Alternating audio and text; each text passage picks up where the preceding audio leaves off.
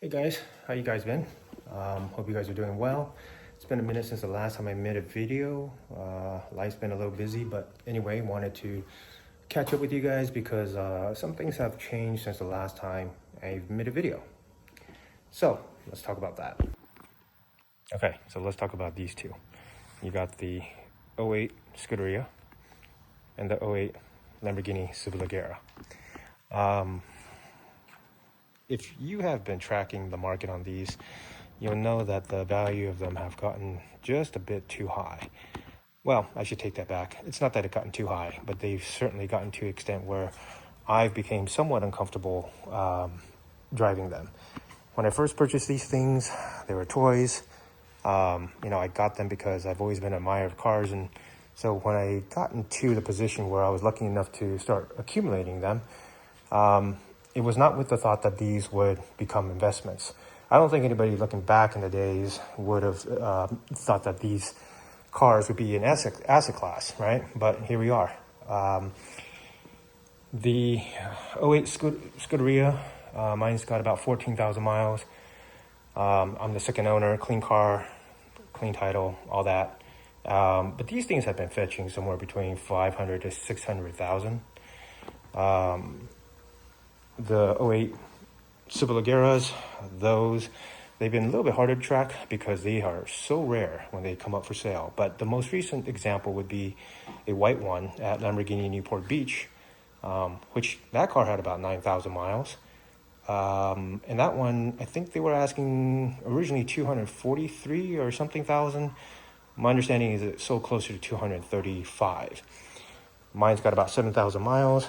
I am the second owner, clean car, all that jazz, well maintained, blah, blah, blah.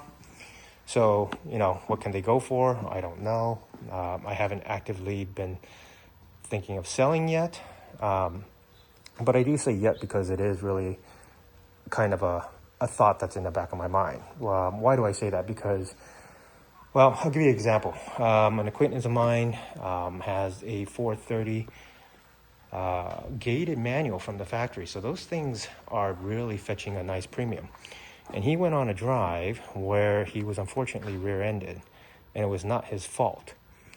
So what happened was the car, he was able to salvage it, meaning he was able to take it to a body shop, get it fixed, and he continues to enjoy his car. Now, the downside of it is, of course, that, any factory gated 430s have been catching a really nice premium on the used car market. I think they've sold anywhere between 300 400,000, I think, if you look at like some of the auction sites. But with his being in an accident and unfortunately sort of a blemish on the Carfax, I don't know what he can sell it for. It will definitely be less than what a clean car would command. So, these kind of value plays come into mind. And unfortunately, I do live in an area where there's a lot of older people, mostly retired aged, and they're not the best drivers, which is understandable. But the problem is that I've many times had to drive defensively, right? So meaning I had to swerve out of my own lane or hit my brakes hard or something because they were close to hitting me. And both cars, in fact, all the cars that I drive have actually been in that situation.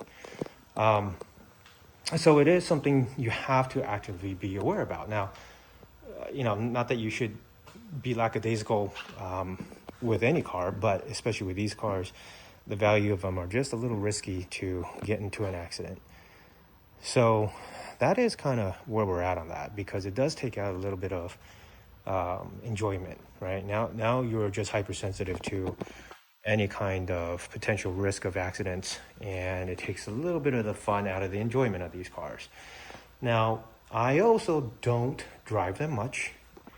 In fact, I'm making this video just right after I had taken them both out for a routine drive.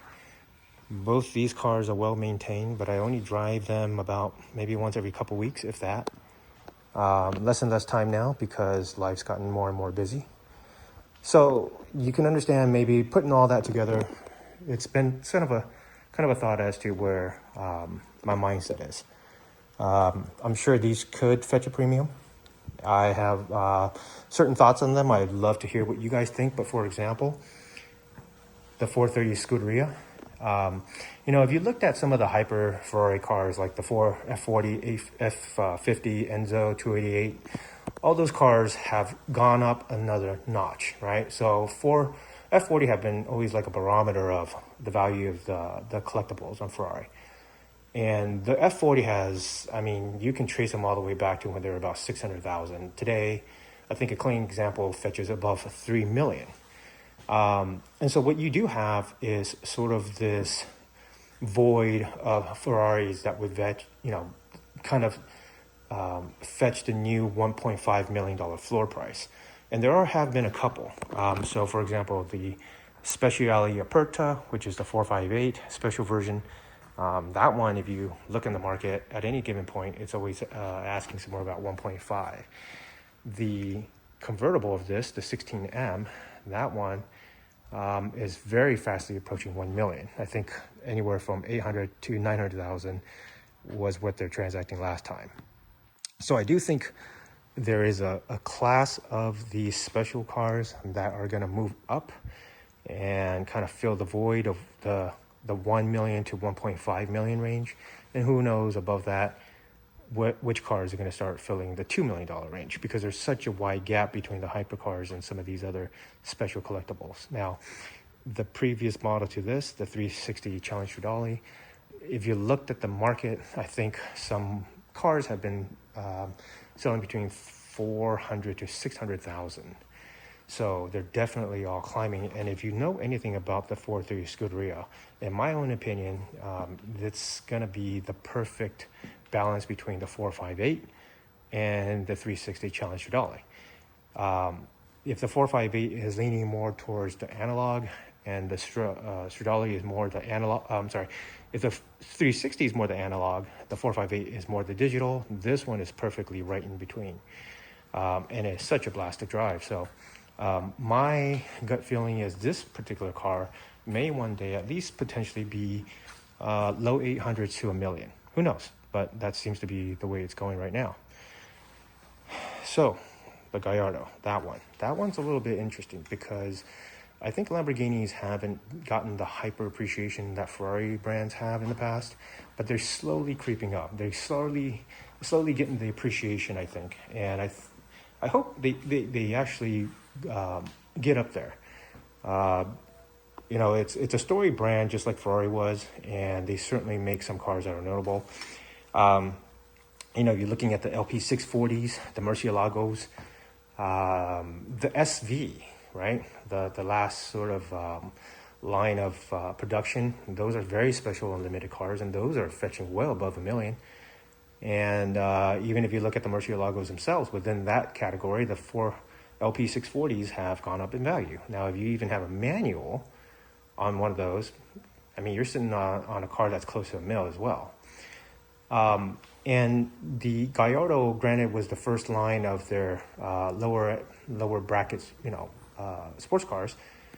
This particular Superleggera edition, I think, what was it? They made probably like 300-400 cars. I can't remember what the global number were. And was it, someone might have to correct me, but was it like 150 or some cars only got imported into the US? So definitely rare.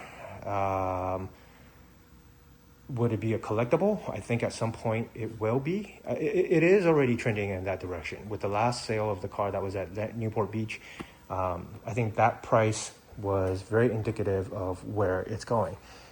You can almost see it coming because, these were pretty much the comparables to this when it came out. They were, I guess you can say, rivals. So it only stands to make sense that they both will carry some of the same desires, because I'm pretty sure people who looked at this when it first came out also considered that. It was sort of that natural comparison. And so I think that particular one is going to get lifted as well. Probably just give it a little more time. So the question then becomes, do you sell these now, or do you hold on to them and hope that maybe they go up more in value? Like I said, it was never the intention to buy them.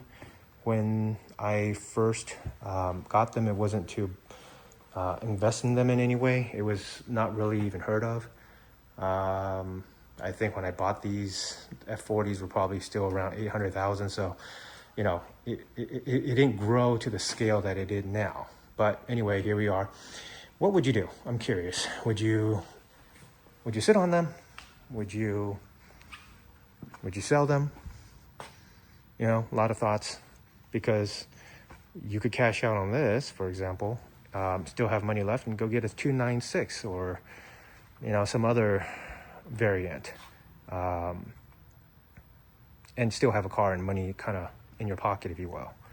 So yeah, that's kind of the thought. And while we're just kind of at it too, I mean, if you're thinking about another value appreciated car, would be the 360. And this particular one is gated, factory manual. Just took this one out too as well. And it's a very, very fun, enjoyable car. This was my second one. I actually had a yellow one before. And yeah, if anybody had followed my original video, I had to sell it because at the time I could not get the 430 Scuderia without selling that car.